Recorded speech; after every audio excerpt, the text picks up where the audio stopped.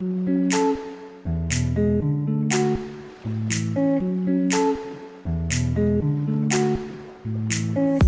suis dans la cuisine de Florent Pietreval, à La Mirande à Avignon. Déjà 2021, c'était une très belle année pour toi avec 4 prix. Oui. Il y a eu l'étoile verte Michelin, Exactement. il y a eu Révélation Omnivore, Oui. la liste et le grand de demain du Goemio. Là, après, c'est un travail d'équipe, c'est pas pareil. J'ai été seul, on est 15 cuisiniers quand même dans cette brigade qui font évoluer au fur et à mesure des années. C'est un travail qu'on a fait sur 7 ans, qui évolue chaque année. On peaufine les détails, on travaille des petites choses qui font grandir la maison et on essaie de devenir quelque chose d'exceptionnel et d'unique. Avant, je travaillais pour Pierre Gagnère à Paris, c'était un rêve d'enfant. J'ai toujours rêvé de travailler dans un 3 étoiles Michelin. En plus, ce chef-là, il avait quelque chose en plus que je ne peux pas expliquer, que j'aimais beaucoup, l'humain qui a toujours été important pour lui et le côté chef 3 étoiles avec une rigueur de travail très importante. J'ai eu la chance aussi d'être accompagné, de travailler pour Joël Robuchon qui avait une rigueur et une vision de la cuisine très intéressante. Et après dans le sud, Jean-Luc Rabanel à Arles, l'univers du végétal, du légume. Et chaque chef avec son univers m'a apporté quelque chose, une vision différente. Et maintenant je pense qu'on a trouvé notre univers, notre style. Le garum, ça c'est vraiment une signature culinaire. Garum, on a développé ça, ça fait plus de 4 ans. C'est une macération de bœuf. On a récupéré toutes nos parures de bœuf, toujours l'esprit d'utiliser un peu toutes les parties des animaux. C'est cette viande assez rassie, assez goûteuse. On l'a mis à macérer avec du koji, de l'eau et du sel pendant 6 mois dans une chambre un peu de macération à 60 degrés. Et on l'a laissé comme ça, oublié. Au bout de 6 mois, on obtient un jus très salé, très puissant, très concentré. Et on va l'utiliser pour assaisonner. On fait un bouillon de pot-au-feu.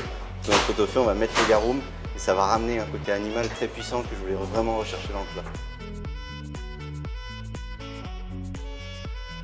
Le plat signature, voilà, donc on est vraiment parti sur un yaourt à la base, yaourt de Réfort. On a voulu changer l'acidité lactique pour avoir ce côté crémeux. On prend de la crème qu'on mélange avec un jus de Réfort centrifugé. Donc on n'aura pas ce côté âpre du Réfort qui peut rester en bouche. On aura juste un côté très crémeux. Et on va laisser ce jus de Réfort avec cette crème pendant 24 heures. Et on va la laisser comme ça et ça va activer le côté yaourt très crémeux. Et on va le mettre au fond du bol sans le coller, juste comme ça. Et après on va le faire prendre légèrement au froid. Et on va couler dessus la gelée de bœuf assaisonnée de garum sans sel. Donc le garum va être vraiment le côté très puissant. Et dessus oxalis qui ramène l'acidité, une pointe de gel de vinaigre pour ramener un petit côté vinaigré et le caviar qui va ramener le côté gourmand. Et je pense que c'est l'idée moi de ma cuisine, c'est que quand tu mets quelque chose en bouche, tu te dises oh, les 3 associations ensemble créent une cuisine assez incroyable. Et à côté un tartare de bœuf pour démarrer, j'aime bien faire un petit appel comme ça. Petit appel, voilà, tartare de bœuf maturé, yaourt fumé et un peu de bœuf séché. Oui, parce que le plat se décompose en voilà, le 3... plat c'est trois associations et le pairing, c'est un pairing sans alcool. On a travaillé la bière ginger beer, concombre, jus de concombre centrifugé.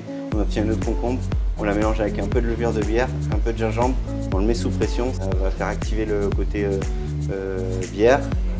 Et après on le filtre et on obtient une bière concombre et ça donne vraiment un aspect intéressant et ça amène le plat un peu plus.